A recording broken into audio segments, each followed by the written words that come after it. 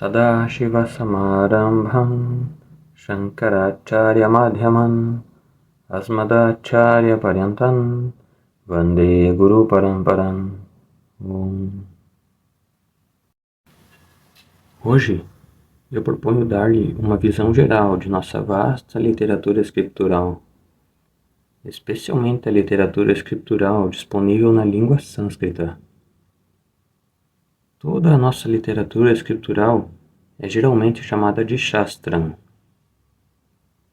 Em inglês, podemos traduzir como escritura ou literatura escritural. A palavra Shastram é derivada da raiz Shas, que tem dois significados. Um para comandar e o outro para ensinar. Shas tem dois significados, para comandar e ensinar. Então, Shastram significa uma literatura que comanda o ser humano nos estágios iniciais e depois ensina os seres humanos nos estágios posteriores. E por meio de comandar e ensinar, as escrituras salvam uma pessoa de todos os problemas humanos. E uma vez que ensinam, comandam e assim salvam a humanidade, são chamadas de Shastram. Shas significa ensinar. Tra significa salvar. Shasanat Trayatre Idri Shastram. Aquilo que salva a humanidade dos problemas, pelo comando nos estágios iniciais e pela iluminação nos estágios posteriores. Shankaracharya compara o Shastram a uma mãe. A mãe comanda a criança inicialmente, porque a criança não é madura o suficiente para compreender o significado do comando. A mãe tem até que ameaçar a criança. Assim, quando alguém está em um nível mais grosseiro, a linguagem de comando e de ameaça é usada. Mas quando se tem crescido o suficiente, gradualmente removemos os comandos, as ameaças, e substituímos por ensinamentos, convencimento, iluminação, elevação. E como toda nossa literatura escritural faz esse trabalho, ela é chamada de Shastram. E esta vasta literatura escritural eu gostaria de apresentar em 6 camadas. Toda a literatura escritural pode ser apresentada em 6 camadas, ou 6 grupos. E o primeiro e mais importante é a literatura védica, conhecida como os Vedas em geral. Os próprios Vedas são uma literatura muito vasta, compostos por cerca de 20.000 mantras. É uma literatura muito vasta. E toda a literatura védica é dividida em 4 grupos, conhecidos como Rig Veda, Yajurveda, Samaveda e Atharvana Veda. O Rig Veda consiste em Rig Mantras, que estão na forma de composições métricas, composições poéticas ou composições Padhya. Yajurveda consiste em mantras Yajur, que são composições em prosa, ou Gadhya Rupena. Samaveda consiste em Sama Mantras, que estão na forma de música, Giti Rupa Mantraha, que são musicados. Na verdade, dizem que a música indiana é derivada do Samaveda. E é por isso que o canto do Samaveda é chamado de Samaganam. Não dizemos Rigganam, Yajurganam. A palavra Ganam é usada apenas para cantar o Sama, indicando que ele está na forma de canção. E então vem o quarto, que é conhecido como Atharvana Veda, que consiste em mantras que são dados principalmente por 2 rishis bem conhecidos, Atharva Rishi e Angiras Rishi. E, portanto, é conhecido como Atharva Veda ou Atharvana Veda. E a palavra mantra é usada apenas para a composição védica. E mais de 20.000 desses mantras védicos estão disponíveis. E eles são chamados de mantras porque são destinados à investigação, análise, assimilação. Mananat Harayate Idhi Mantra. Eles são destinados a Mananam. Mananam significa o seu estudo analítico. E Harayate significa que nos protegerá se investigarmos isso. De acordo com a nossa tradição, mesmo a mera repetição do mantra, a meditação nos mantras, é capaz de ajudar uma pessoa. E a própria palavra Veda indica uma fonte de conhecimento. É derivada da raiz Vid, saber. Portanto, Veda significa uma mina de informações, um tesouro de conhecimento. Vedana Sadhanatvat Veda, Amanatvat Veda. E agora, a próxima questão é: quem é o autor dos Vedas? Em nossa tradição, consideramos os Vedas como uma revelação do próprio Senhor. Não consideramos os Vedas como uma composição humana. Eles não são produtos do intelecto humano. São revelações do próprio Senhor. Portanto, se você quiser falar do autor, Deus é o autor dos Vedas. Mas Deus não distribui os Vedas diretamente à humanidade. Mas Deus revela os Vedas à humanidade através de um canal, de um meio, chamado Rishayaha. Assim, os Rishis são os intermediários. Os Rishis são o canal, por assim dizer, através do qual nós recebemos os mantras dos Vedas. Então, se você considerar Deus como a estação transmissora, os Rishis são os centros receptores. Talvez seja por isso que eles são chamados de Rishis. Resivatri Ite. A palavra Rishi é derivada da raiz sânscrita Rish, significa para saber. Rishatri Janatri Idhi Rishi. Mas em nosso contexto, consideramos os Rishis como os centros receptores dos ensinamentos transmitidos pelo Senhor, exatamente como a televisão. Com a televisão, os centros transmissores já transmitiram os programas. Então, muitos programas já estão nesta sala, em forma de ondas. Mas você está recebendo algum programa? Espero que não. Somente não recebe e não pode receber essas ondas porque você não está equipado para isso. Mas se você tiver um aparelho de TV e sintonizar o comprimento de uma onda específica, você receberá Kaun Banega, Cleopatra ou qualquer programa. E novamente você muda o comprimento da onda, outro programa. O programa não é transmitido no momento da sua sintonia. Mesmo antes da sua sintonia, o programa está lá. Você recebe em um momento específico. Similarmente, o Senhor transmitiu o ensinamento védico para a criação. Na verdade, junto com a própria criação. Mas não temos o equipamento para receber. Mas os Rishis são considerados seres especiais por causa de sua mídia extraordinária, por causa de seu extremo sattva, por causa de seu Vishesha Upadhi. Eles são capazes de receber. Portanto, os Vedas são mantras que são transmitidos pelo Senhor e recebidos pelos Rishis. E quantos Rishis? Existem muitos Rishis que receberam os mantras. E é por isso que na tradição, sempre que cantam um determinado mantra dos Vedas, eles começam lembrando primeiro os Rishis, como expressão de gratidão.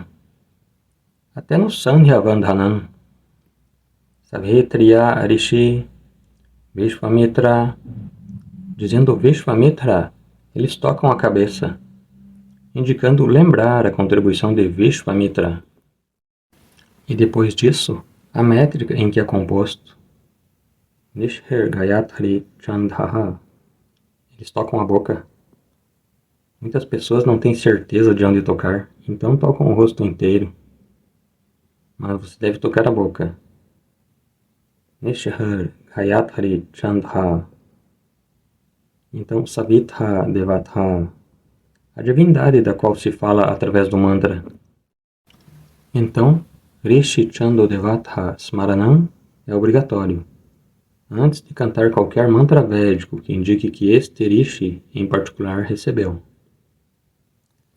E é por isso que os Rishis são chamados de Mantra Dharashtaraha, aqueles que viram os mantras, que receberam os mantras. Eles não são os produtores ou criadores dos mantras. E esses Vedas foram recebidos e transmitidos principalmente em Shabdarupa. Eles não eram escritos. Por muito, muito tempo, os Vedas existiram apenas em Shabdarupa, não na forma de escrita.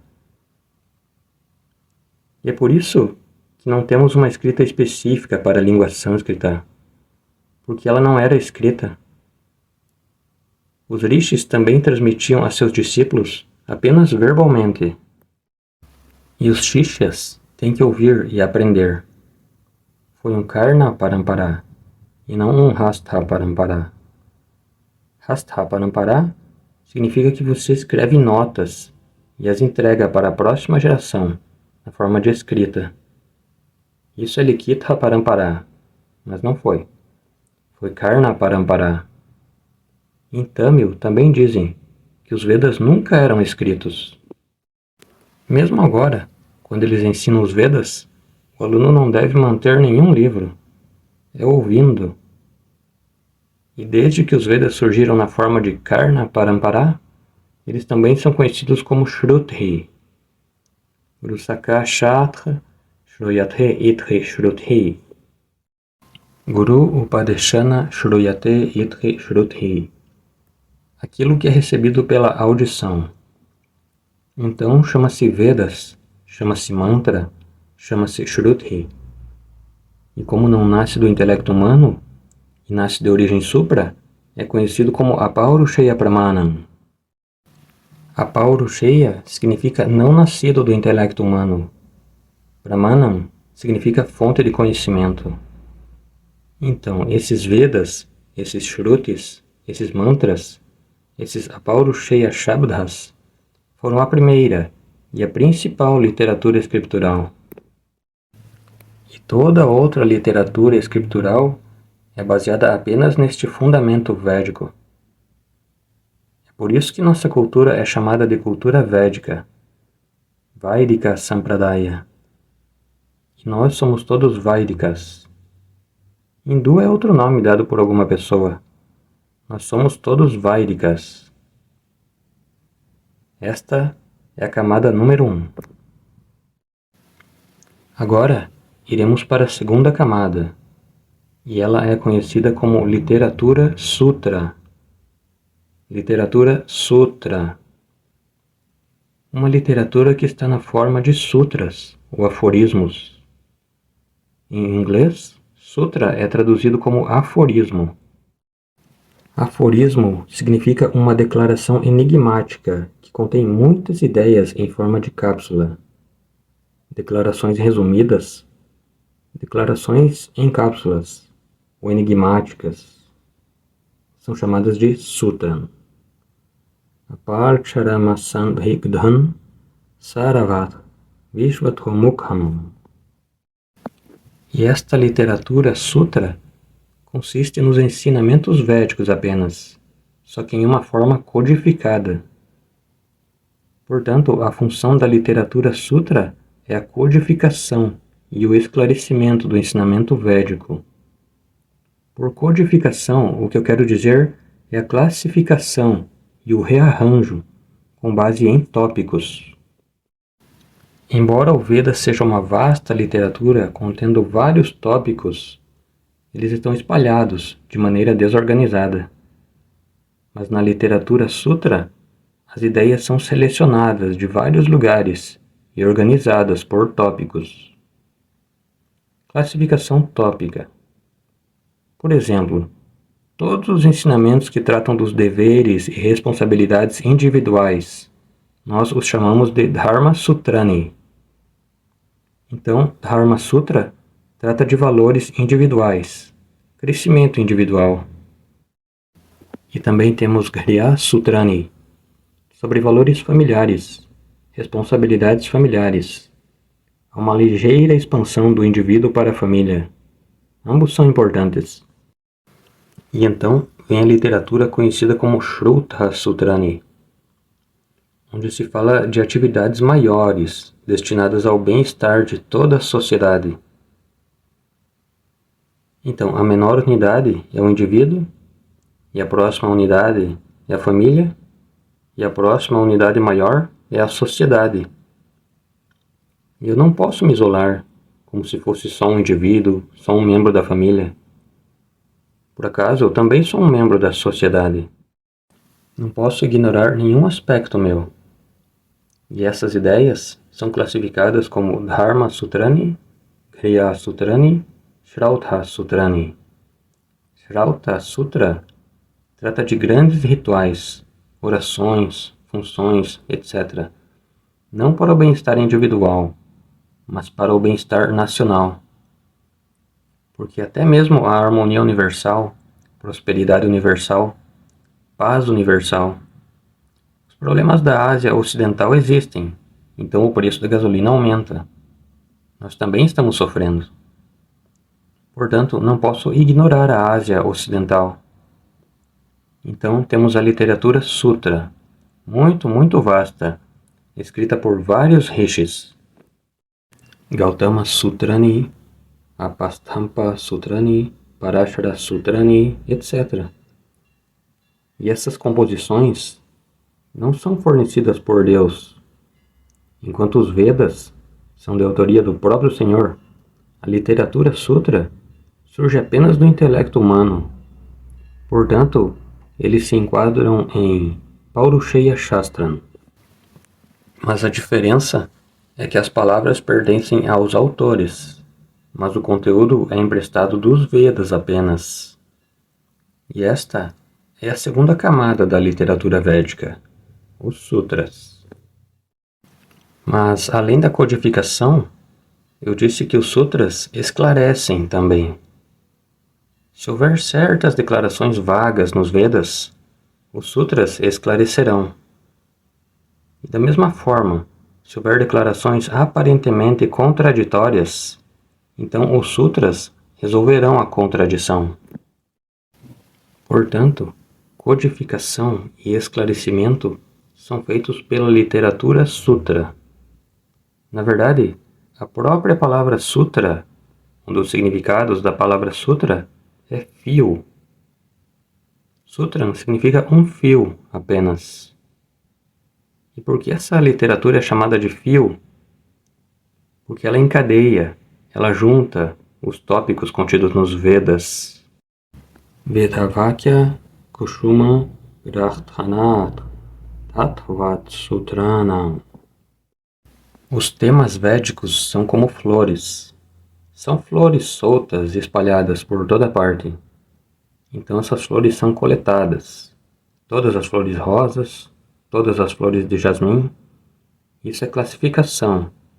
E todas são amarradas e apresentadas na forma de guirlandas maravilhosas. Esta é a segunda camada da literatura védica. E depois vem a terceira camada da literatura, conhecida como Smritis. Smriti. Os Smritis são geralmente na forma de poemas. É uma literatura métrica. E como diz a própria palavra Smritis, é sabedoria lembrada.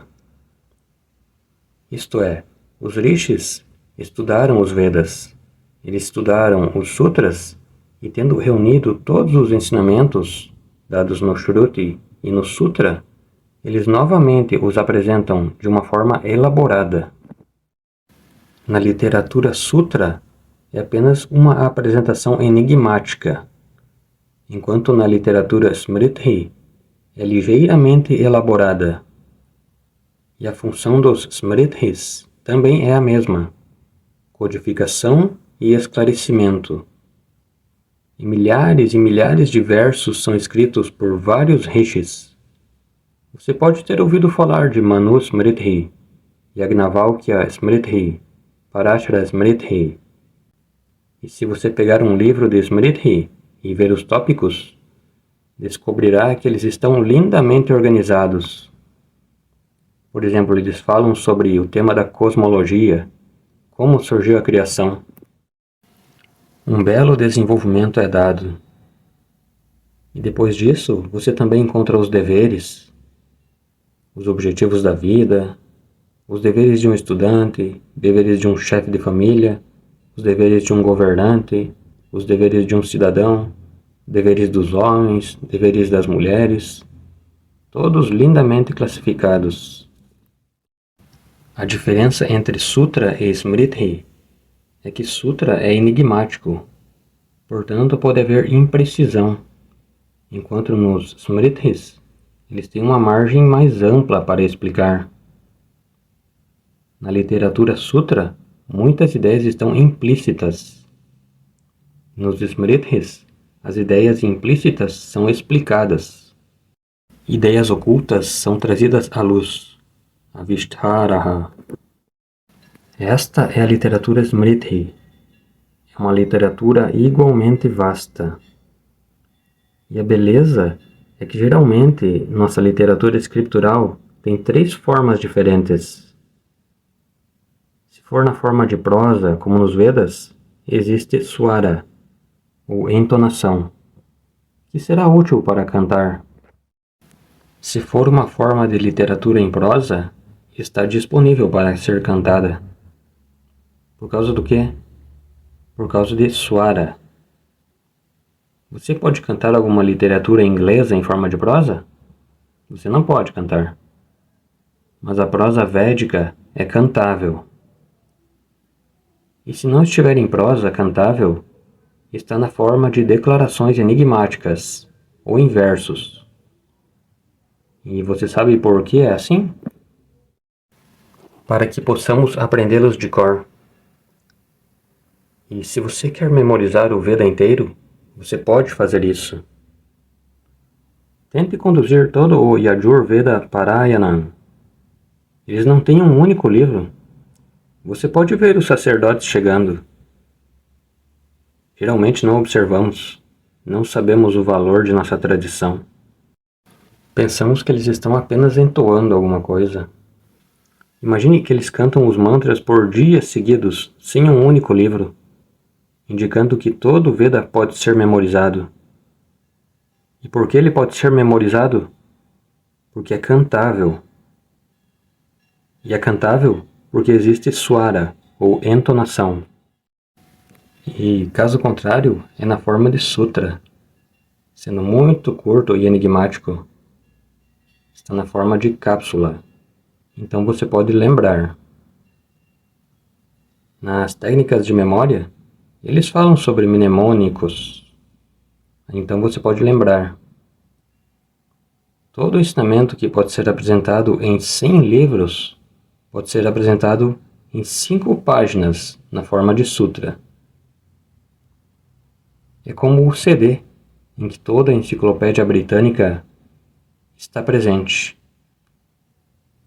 Na verdade, todos os rishis eram CDs. Basta tocar e as coisas costumam vir. E se não estiver em canto védico ou forma de sutra, é na forma de poemas. Toda a filosofia é apresentada no poema Gita, e você pode cantar. A filosofia pode ser cantada. Tente cantar a filosofia grega. Ou tente cantar outra filosofia nesse sentido. Aqui, a própria filosofia é composta e apresentada em forma poética. E esta é a terceira camada da literatura escritural, Smriti Grantha, e também está sob Paurusheya Shastram. A composição é humana, mas o conteúdo é divino. Enquanto no Veda, tanto a composição quanto o conteúdo são divinos. Mas no Sutra e Smriti, a composição é humana, ou seja, as palavras vêm do humano, mas o conteúdo é divino. E depois vem a quarta camada do ensino, conhecida como Puranas. E Puranas são, de novo, uma literatura que é uma forma ainda mais expandida. Sutra é enigmático. Smritis estão em uma forma um pouco mais expandida. E quando você vem para Puranas, está ainda mais ampliado. Se para Smriti é 1 por 10, em Puranas é 1 por 100. E a própria palavra Puranas significa que, embora seja uma literatura muito antiga, é relevante até agora. É antiga, mas não obsoleta. Pura, Abhi, Navaha. Pura significa muito antigo. Navaha significa sempre novo e relevante, mesmo para o século XXI. Você não pode ignorá-los ou descartá-los sem perder alguma coisa. E esta literatura purânica também está na forma de poemas, e eles também codificam, esclarecem e ampliam. Codificar, novamente, significa reorganizar o tópico. Qual tópico? Tópico do ensinamento védico. E esclarecer. Onde quer que haja imprecisão, controvérsia ou aparente contradição, todas elas são resolvidas. E também outro trabalho importante e único dos Puranas é que as ideias abstratas contidas na literatura anterior são todas apresentadas concretamente na forma de histórias. Portanto, histórias escritas em uma tela muito vasta são a singularidade da literatura purânica. Por exemplo, um valor dado no Veda, que será destacado na forma de uma história, que é apresentada em milhares de versos. Se você pega um Harishchandra Purana, a história de Harishchandra está escrita em uma forma muito elaborada. Mas qual é a essência de todo o Harishchandra Purana? Você pode colocá-la em 2 palavras contidas nos Vedas. E quais são elas? Satyam Vada. O que são 2 palavras nos Vedas se tornam uma vasta literatura. Resumindo, as coisas abstratas são tornadas concretas. As coisas audíveis se tornam audiovisuais. E muitas das ideias abstratas são simbolizadas na forma de seres. No Bhagavata Purana, Kama se torna um Rakshasa, Krodha se torna um Rakshasa, Ahankara se torna um Rakshasa. Personificação de ideias. Linguagem de simbolismo é usada. Então, concretização, simbolização, personificação, ampliação, tudo isso vem dos Puranas, para que o impacto do ensinamento seja intenso. Similarmente, respeite seu pai, Pitra Devo Bhava. Quando se trata da história de Rama, ou da história de Nachiketas, você descobre que é uma história que transmite essa ideia. E assim, obtivemos na forma de histórias a elaboração, os ensinamentos védicos classificados, esclarecidos e ampliados. E a maioria dos Puranas foram escritos por Vyasacharya. Ele é muito reverenciado por nós. 18 Puranas, abrangendo milhares de páginas. E 18 Upapuranas, abrangendo outras milhares de páginas. Assim, 36 Puranas. Até mesmo lembrar os nomes dos Puranas é difícil, quanto mais ler. Desses Puranas, o Purana mais popular é o Bhagavata Purana. Até atualmente, os Pauranikas falam sobre Bhagavatam. Esta é a 4ª camada da literatura védica. Vedas, Sutras, Smritis, Puranas. E então, a próxima camada da literatura é Itihasa. Itihasa significa literalmente literatura baseada na história. Portanto, o conteúdo de Itihasa deve ser baseado no que realmente aconteceu. É por isso que a palavra Itihasa significa Ithi. Ithi significa assim, desta forma. Evan. Ha significa definitivamente, sem dúvida. Asa. Asa significa que ocorreu, aconteceu. Mesmo nas histórias purânicas, muitas são consideradas eventos reais. E o Itihasa também deve ser baseado em eventos reais.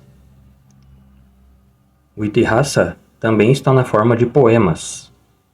Muitos paurânicas sabem disso. Eles os decoraram. E existem 2 Itihasas. Um é o Ramayana, escrito originalmente por Valmiki, e mais tarde por muitas pessoas. O outro é o Mahabharata, escrito novamente por Vyasacharya. Ramayana com 24.000 versos e Mahabharata com 1 lakh de versos.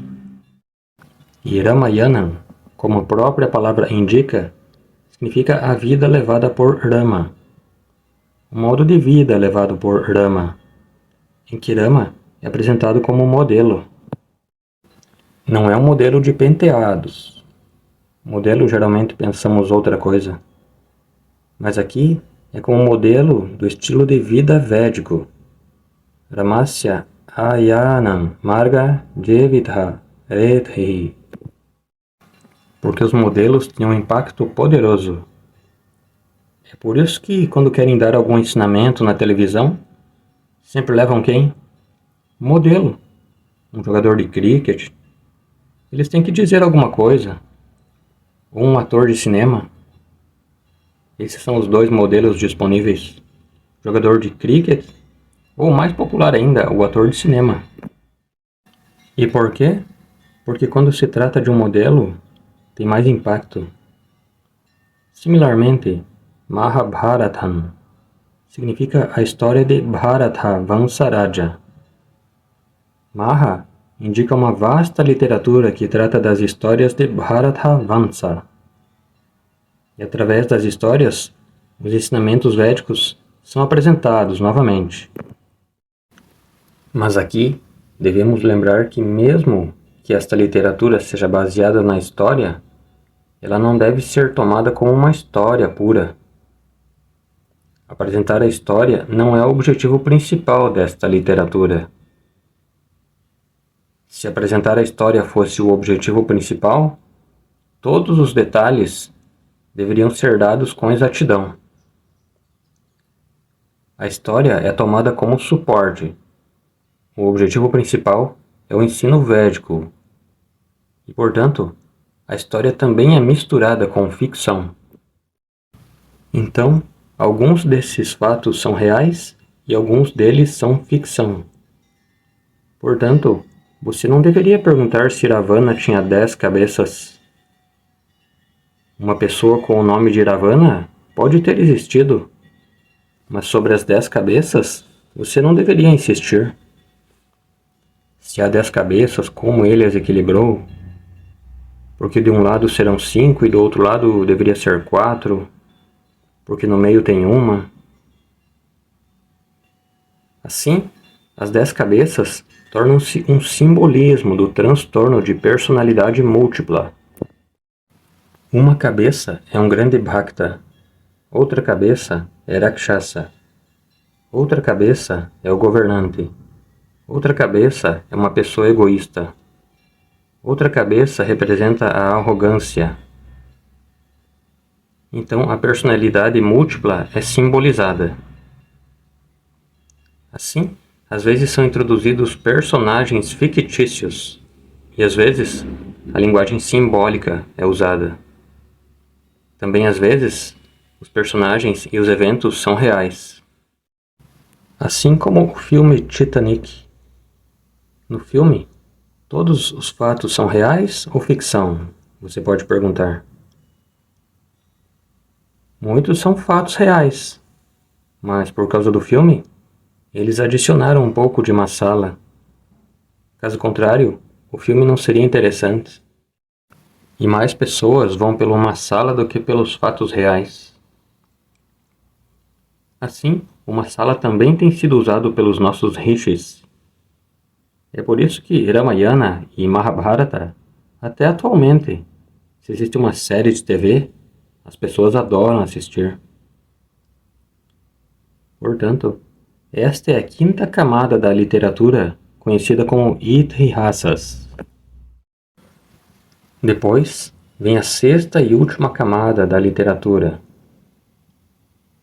Shruti, Sutra, Smriti, Purana, Itihasa. Então a sexta e última camada da literatura é chamada de literatura Bhashyan. Por Bhashyan, quero dizer comentários escritos em sânscrito sobre todas as formas de literatura acima. Essa literatura é tão vasta que, na verdade, uma vida não é o suficiente para estudá-la. Mas nosso grande povo gastou tempo, energia e intelecto para escrever comentários sobre todos os Vedas. E não apenas um comentário.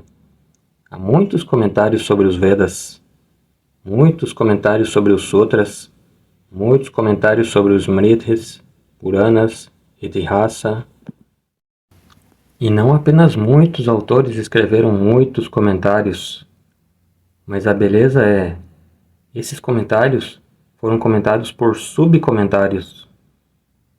E não apenas temos subcomentários, os subcomentários foram comentados por subcomentários.